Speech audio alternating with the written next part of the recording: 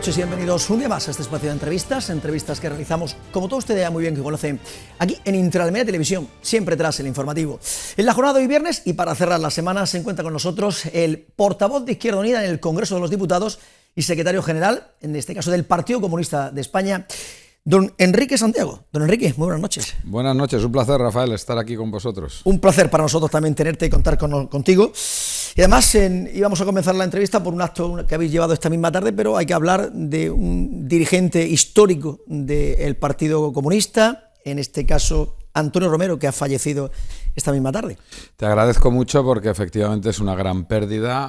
Antonio Romero era un gran andaluz, presidente del Partido Comunista de Andalucía, una persona que a los 14 años ya tuvo que empezar a trabajar en el campo y que a los 20 y pocos años fue secretario general del sindicato del campo de comisiones obreras. Creo que fue la persona más joven en ingresar al Comité Central del Partido Comunista de España en el año 78, partido en el que él militaba desde el año 73, todavía en el franquismo, y a lo largo de su vida creo que realizó todo tipo de tareas por el pueblo andaluz. Él fue ponente del Estatuto de Andalucía, del Estatuto de Autonomía, efectivamente, fue 3 mandatos diputado en el Parlamento andaluz, fue senador, fue diputado en el Parlamento de España y, bueno, le conocían como el alcalde moral de Málaga. Que, sí, por la pinza que hubo al partido pinza que al final él Socialista Partido Popular y lo dejaron fuera. Y lo dejaron fuera después de haber superado al Partido Socialista en número de votos. Una gran persona hasta el final de sus días. Desgraciadamente ha fallecido demasiado pronto. Él era un hombre todavía joven, no había cumplido 70 años. Pero hasta el final de sus días él seguía preocupándose por los trabajadores, las trabajadoras del campo, por la tierra andaluza y en especial por la gente joven y los problemas que afectan a la gente joven. Pues hablando de gente joven, también podemos hablar un poco de la situación. Esta misma tarde habéis tenido una mesa redonda hablando sobre la situación de la población migrante aquí, en Almería. Cuéntanos, a grandes rasgos, ¿qué te ha parecido esa mesa redonda y qué conclusiones más o menos habéis podido sacar encima de la mesa? Hay mucho que trabajar para dignificar las condiciones de trabajo de las personas que trabajan en el campo, que son personas que generan la gran riqueza de esta tierra, que son la base del progreso, el inmenso progreso que han tenido Almería en las últimas décadas, ¿no? Yo mismo, cuando fui secretario de Estado, pude poner en marcha programas de vivienda para acabar con las infraviviendas de los temporeros en Huelva, pero no tuve ocasión de hacer lo mismo en Almería.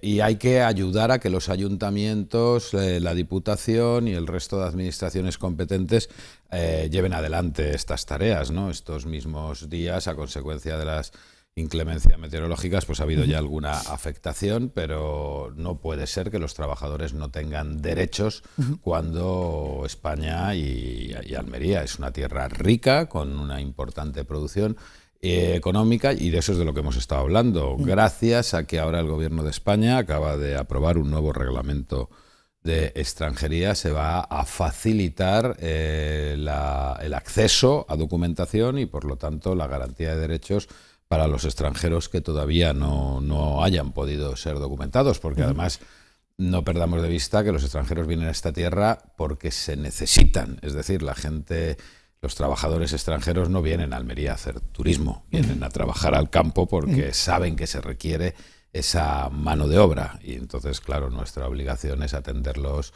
de la debida forma, gente que está realizando una aportación tan importante para nuestro desarrollo como país, nuestro desarrollo como, en este caso, la provincia de Almería, y en general para el desarrollo de toda la sociedad española. Sí, pero nos encontramos al presidente del gobierno que cuando ha salido a otros países un día decía una cosa y al día siguiente decía la otra, si deportaciones en caliente, si los recibimos en origen.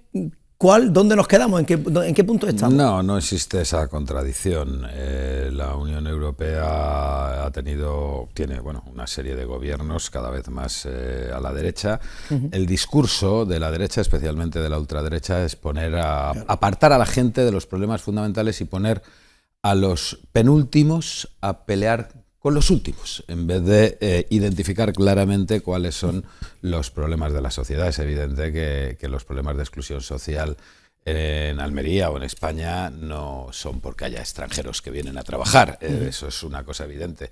Pero es cierto que la Unión Europea se está utilizando para el crecimiento electoral de la ultraderecha un discurso contra los extranjeros. Creo que hay que estar muy orgullosos de que en estos momentos tan difíciles España acabe de aprobar este reglamento de extranjería. Es una política absolutamente diferente de las que se está haciendo en Europa, es una política valiente y es una política además que están apoyando, yo diría incluso solicitando también las organizaciones empresariales que también necesitan una seguridad jurídica y necesitan que los trabajadores y trabajadoras en el campo y en otros sectores puedan acceder a documentación. Fíjense los problemas que tenemos, por ejemplo, también en Almería y en otras regiones. En nuestro país el sector turístico también es fundamental y ya ven ustedes la de problemas que hay todos los años en la temporada alta para conseguir cubrir puestos de trabajo en hoteles, en la hostelería, en general, y al final hay que recurrir a trabajadores y trabajadoras extranjeros y lo que no puede ser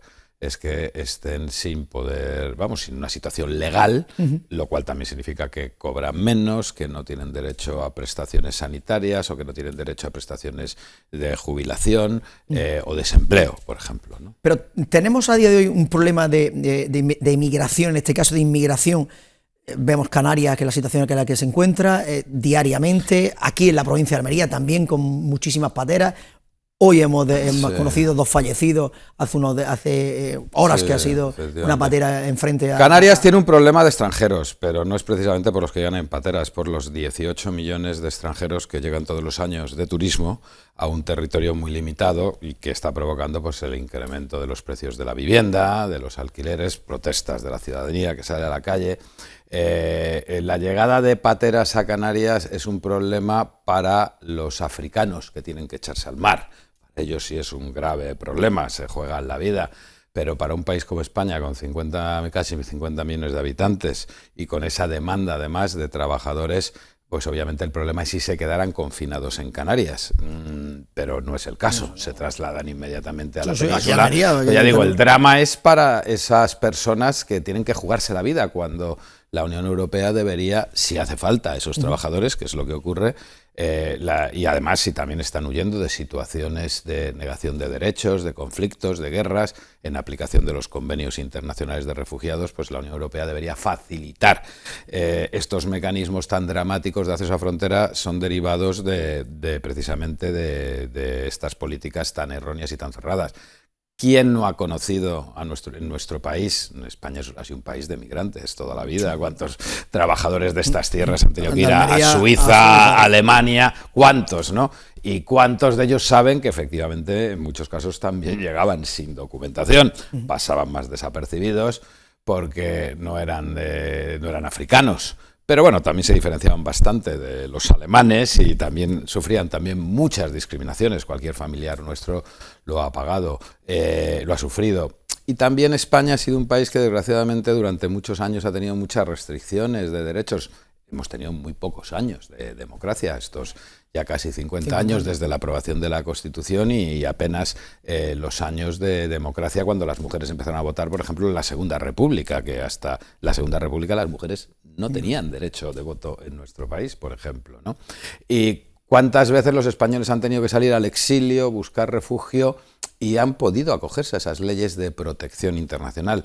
Yo siempre digo, España tiene la obligación de devolver la solidaridad a las personas perseguidas, la solidaridad que los españoles han encontrado en tantos países, en Europa, en América y en muchos rincones del mundo que acogieron. México, Argentina, Venezuela, Cuba, en todos esos países acogieron a multitud de refugiados españoles cuando huíamos de las persecuciones, ¿no? Y esa obligación de solidaridad, teniendo en cuenta más que son personas que aportan, las personas que llegan, porque nadie pensará que precisamente esas personas que abandonan países africanos para llegar aquí son las personas peor preparadas o más débiles. Todo el mundo sabe que son las personas que tienen formación. Es decir, que el problema es para ellos que se juegan la vida y para sus países de origen, que muchas veces ven perder ese inmenso capital humano, de recursos humanos, que también deberían estar aportando al desarrollo de sus países de origen. Es decir, las políticas migratorias hoy día no son políticas muy sensatas. Por eso cuando el gobierno de España habla de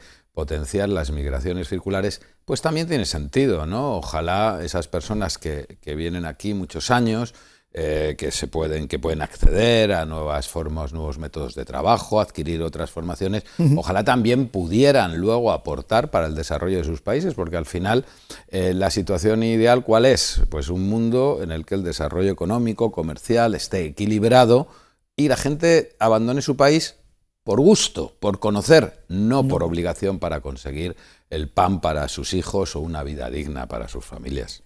Pero cuando llegan a España, a la hora de la distribución, avisar a los ayuntamientos, decir quién va, aportación económica para también a esa situación, poder atenderlos como se merece.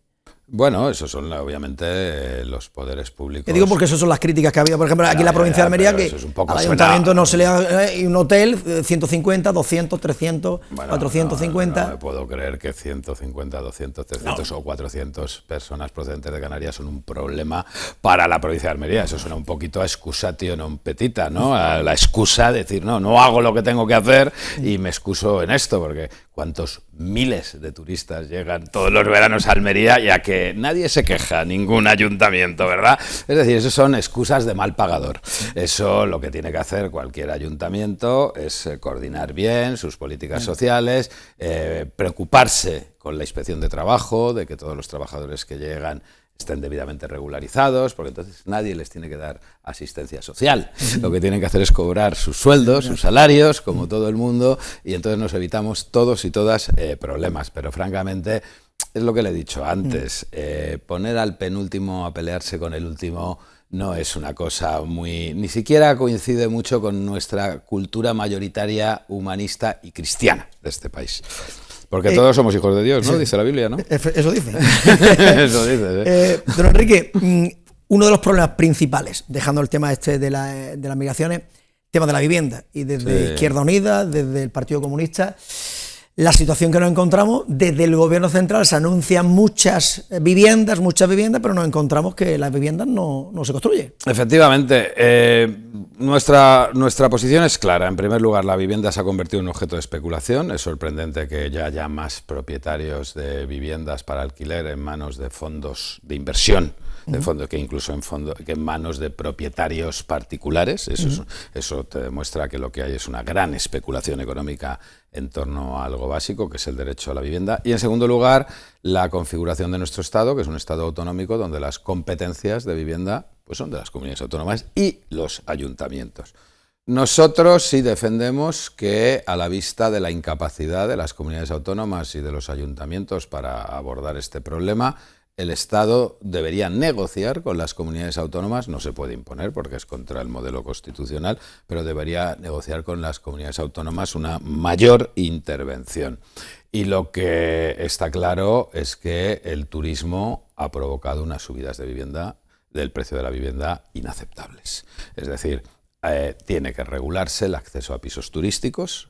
Para eso están los hoteles, no para acoger turistas, no los pisos turísticos, porque eso, desde que se ha comenzado a generalizar la utilización de pisos turísticos para el turismo, pues se ha provocado un encarecimiento no solamente del precio de compraventa, sino unas subidas de más del 20-25% en la inmensa mayoría de las ciudades de España para los arrendamientos, que es lo que está provocando estas brutales manifestaciones, no solamente, pero en especial de gente joven. Es decir, lo que no podemos es, por un determinado sector económico que hay que potenciar, por supuesto, que es el sector del turismo, lo que no podemos es hipotecar la vida de toda una generación de gente joven. Y entonces estos son también, bueno, situaciones de dejadez, porque, mire, si en España se dice que hay entre 2 y 3 millones de viviendas ahora mismo vacías. Las administraciones públicas deberían quizás ponerse de acuerdo, que eso es lo que nosotros y nosotras defendemos, para que esas viviendas se les dieran garantías a sus propietarios y para que las cedieran temporalmente para un parque público de arrendamiento, donde las administraciones, ya fuera la central, el Estado, autonómicas, locales, garantizaran el cobro de la renta todos los meses y garantizaran el mantenimiento de esas viviendas por periodos de 15, 20 años para que pudieran ser también parque público de vivienda. Eso no significa que no haya que construir también más viviendas, pero grandes problemas no tienen soluciones sencillas, problemas complejos. Es decir, la solución al problema de la vivienda está claro, pero tiene que abordarse desde distintas perspectivas y actuaciones de distintas administraciones. El control de los pisos turísticos, el acceso a un parque público de vivienda, por supuesto el control de precios. Lo que no es normal es que haya una ley de vivienda en nuestro país aprobada por el gobierno de coalición que corresponde ejecutar en cada territorio de las comunidades autónomas para declarar zonas tensionadas y por lo tanto controlar el precio máximo del arrendamiento, y lo hayan hecho 2 comunidades autónomas y ni siquiera en todo el territorio de las comunidades autónomas, Cataluña y el País Vasco y Euskadi, pero ni siquiera en todo el territorio, sino en localidades concretas. Eso es lo que no puede ser, porque quien está pagando eso es la gente joven de este país, toda la gente joven de este país. Hablamos un poco de la provincia de Almería. Ha llegado a Almería, ha conocido la situación, uno de los principales problemas, aparte del turismo, aparte de la inmigración, el tema de las comunicaciones. Ya ha visto cuando ha tenido que llegar en el avión, retrasos de aviones, situación, precio desorbitado. Tenemos ahí el tren, el AVE, que si sí, que si no, que si el 26, imposible, aunque se dice que sí todavía desde el gobierno, 27, 28... La situación que hay en la provincia de Almería es que estamos totalmente aislados. Sí, efectivamente, eso es en estos momentos yo creo que la provincia de Almería es de las peor comunicadas de toda España con el resto de la península, ¿no?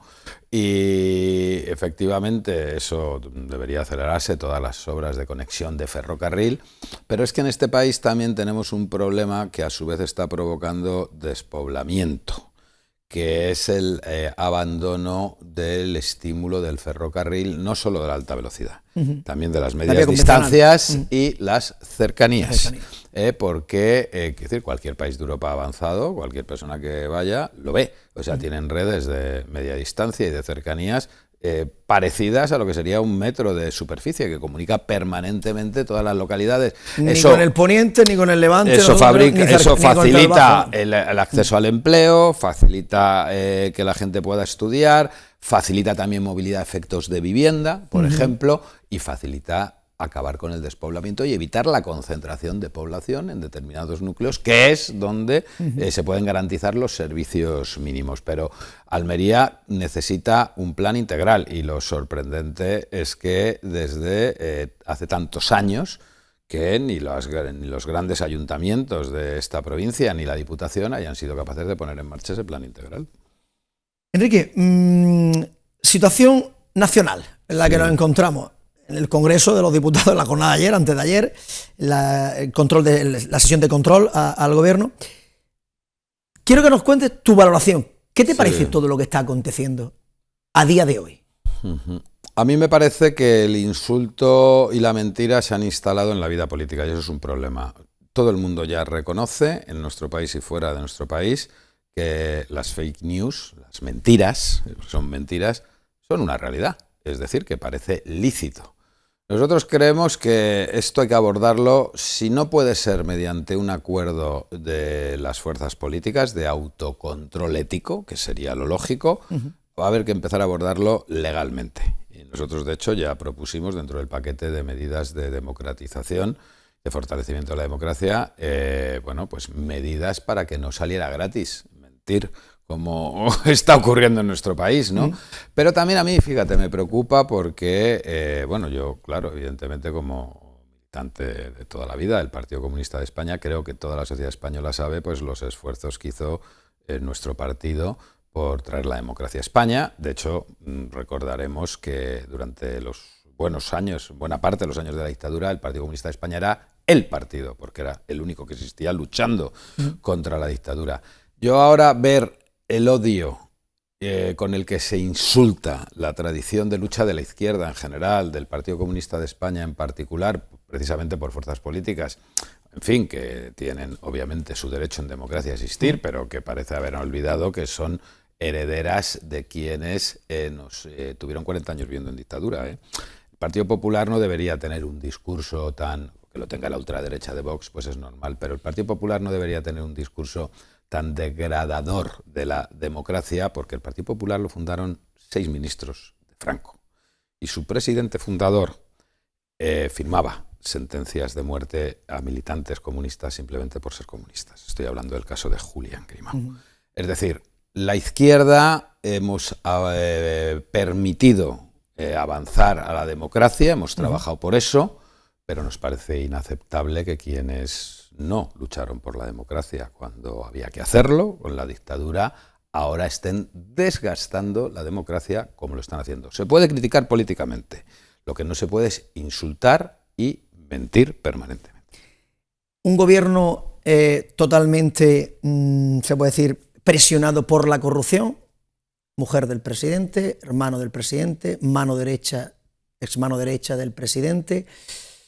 Bueno, ante esa situación estamos viendo imputaciones ya, porque antiguamente el que se decía, bueno, todavía no está imputado, puedo mantener el fiscal general del Estado, tal. ¿Qué hacemos con esa situación? Bueno, a ver, han sido... Quiero decir que en este país la corrupción es un problema. Nosotros tenemos un paquete de medidas contra la corrupción que hemos presentado. Yo, en particular, he trabajado muchos años combatiendo la corrupción, pues la querella contra el señor Bárcenas y todo ese aparato de financiación irregular que tenía el Partido Popular, la elaboré y la presenté yo. Y en primer lugar, el Partido Popular no debería tampoco sobreactuar mucho. Han sido 600 dirigentes que han estado imputados por casos de corrupción. Ha habido más de 500 procedimientos, hay muchos todavía abiertos por corrupción del Partido Popular. Y a nosotros nos preocupa un solo caso que afecta al Partido Socialista. Y por eso estamos también dispuestos siempre a, no solamente a denunciarlo, sino sobre todo a legislar para prevenir y evitar estos casos. Ahora sí que es un poco sobreactuación esta actitud del Partido Popular con todos los casos que tienen todavía abiertos de corrupción. Porque mire, yo por ejemplo le digo, no sé qué pasará con el caso Koldo, porque francamente no tiene buen aspecto. Pero ya le digo yo que lo de la mujer del presidente es una sobreactuación desde el punto de vista legal. Lo hablaremos dentro de años. Ahí eso no va a llegar a nada, absolutamente, a nada, absolutamente, ¿no? Entonces, también tenemos un problema con los jueces, ¿no? Tenemos pero el tema de Aldama, por ejemplo, encima de la mesa... Bueno, Aldama es una después persona... de lo que ha dicho, y al propio juez, y el juez le dice... O sea, Aldama sí, no sé él es un corrupto, mismamente, eso está claro, entonces... No, lo ha dicho él. Claro, lo ha dicho él, pero claro, Aldama, pues esta semana estábamos oyendo como un día acusa a un ministro y al día siguiente cuando le aprieta un poco un periodista dice, no, yo no dije eso. Bueno, claro, Aldama además, pues un señor muy poco recomendable, ahí sale con fotos... con la bandera preconstitucional, franquista, con personas vinculadas a ultraderecha, es decir, no es precisamente un ejemplo, pero bueno, quiero decir que aquí que salga el sol por Antequera, ¿eh? O sea, que el que tenga problemas... Ahora, también es verdad que hay una distinta forma, hay algunos jueces que tienen una distinta forma de medir también estos problemas de corrupción. Mire, esto que me dice, fíjese, ¿no? Me dice usted con toda la razón del mundo, claro, la mujer del presidente, su hermano, tal, está todo en titulares.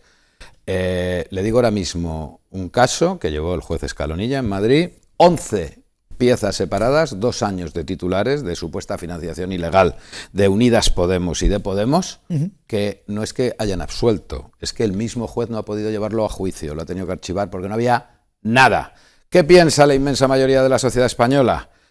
Hombre, pues que todo aquello era financiación irregular. Nada de nada.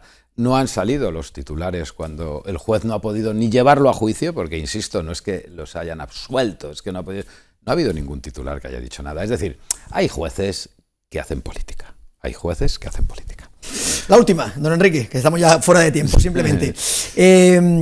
¿Nos veremos abocados con todo lo que estamos comentando de posibles casos de corrupción, que la legislatura se acorte? No. La legislatura... Porque digo, no. Presupuestos todavía no tenemos. Vamos a prorrogados y sé que están en ello, sí. Pero el techo de gasto todavía no se ha aprobado, ya estamos llegando al mes de diciembre. ¿Habrá presupuestos para el 25? ¿Habrá legislatura? Yo creo que la oposición no sabe muy bien, o sea, juega con fuego. O sea, eso de que no haya techo de gasto no impide que haya presupuestos. Lo que crea es un problema para los ayuntamientos y para las comunidades autónomas. Y la mayoría de las comunidades las gobierna el Partido Popular, con lo cual el Partido Popular no debería seguir saboteando, aprobar el techo de gasto, porque al final va a crearle problemas a las comunidades autónomas que gobiernan ellos. Pero mire, el paquete de medidas fiscales que se acordó el otro día en transposición de la directiva la directiva sobre fiscalidad de grandes compañías multinacionales y grandes empresas. Por los pelos. Bueno, por los pelos se aprueba todo. Por los pelos se aprueba todo, pero por los pelos llevamos aprobadas 15 leyes. 15 leyes. No, o sea, que eso sabemos, quiero decir, cómo van los votos y así sale, ¿no? Y da igual que una ley se apruebe con los votos justos, con 5 más que con 100 más, da igual, la ley es ley. Ese paquete fiscal se ha aprobado, nosotros creemos que es un paquete que es un punto de partida, hay que avanzar mucho más, nosotros no podemos aceptar que no se haya renovado el impuesto a los beneficios extraordinarios de las energéticas, en un momento que están ganando cifras increíbles. No podemos soportar que los bancos, que todo el mundo sabe los beneficios que tienen, tributen a no más en la práctica de un 3-4%, cuando cualquier trabajador tributa un 20%, un 25%, sin ganar grandes cantidades, a un 20, un 25%, eso es absolutamente inaceptable y por eso hay que tomar 2 medidas. Seguir subiendo el impuesto efectivo, porque el efectivo de la banca es un 25%, pero en la práctica con deducciones entre un 3 y un 5 se queda. Según lo bueno que sea en materia de fiscalidad el asesor del banco o los asesores del banco, ¿no? Hay que seguir subiendo el tipo efectivo, pero hay que seguir grabando los beneficios extraordinarios de la banca y de las compañías energéticas, porque ese dinero hace falta para mejorar la sanidad, mejorar las escuelas y porque para los bancos es inapreciable pagar eso. Siguen teniendo miles y miles de beneficios del dinero que pagamos todos con nuestras comisiones y nuestros servicios. Pero igual que hemos sacado ese paquete que era realmente complicado, vamos a sacar los presupuestos generales del Estado. Y los presupuestos generales del Estado van a permitir acceder nuevamente a fondos y ayudas europeas, porque también la Unión Europea, para acceder a muchos fondos de desarrollo, exige que haya una claridad presupuestaria, y eso va a ser bueno para todo el país, y eso va a poder, sin duda alguna, permitir que concluyamos la legislatura. Será una legislatura convulsa porque, ya digo, porque como estamos en esta vorágine de mentiras, cada día sale insultos y tal, pues será convulsa, pero estable y dando ejemplo, porque, hombre, somos el país de Europa en este momento que tiene más crecimiento. Hemos superado a Alemania. La reforma laboral nos dijeron que iba a generar desempleo y lo que hemos hecho es reducir el desempleo. El crecimiento del salario mínimo, que vamos a acordar ahora, otra subida del salario mínimo, se anunció que iba a hundir las empresas y lo que ha provocado es el mayor crecimiento de la economía española en los últimos años. Los 37 horas y media. Mire, la importancia y la reducción de la jornada, efectivamente, para que la gente, los trabajadores y trabajadoras vivan mejor.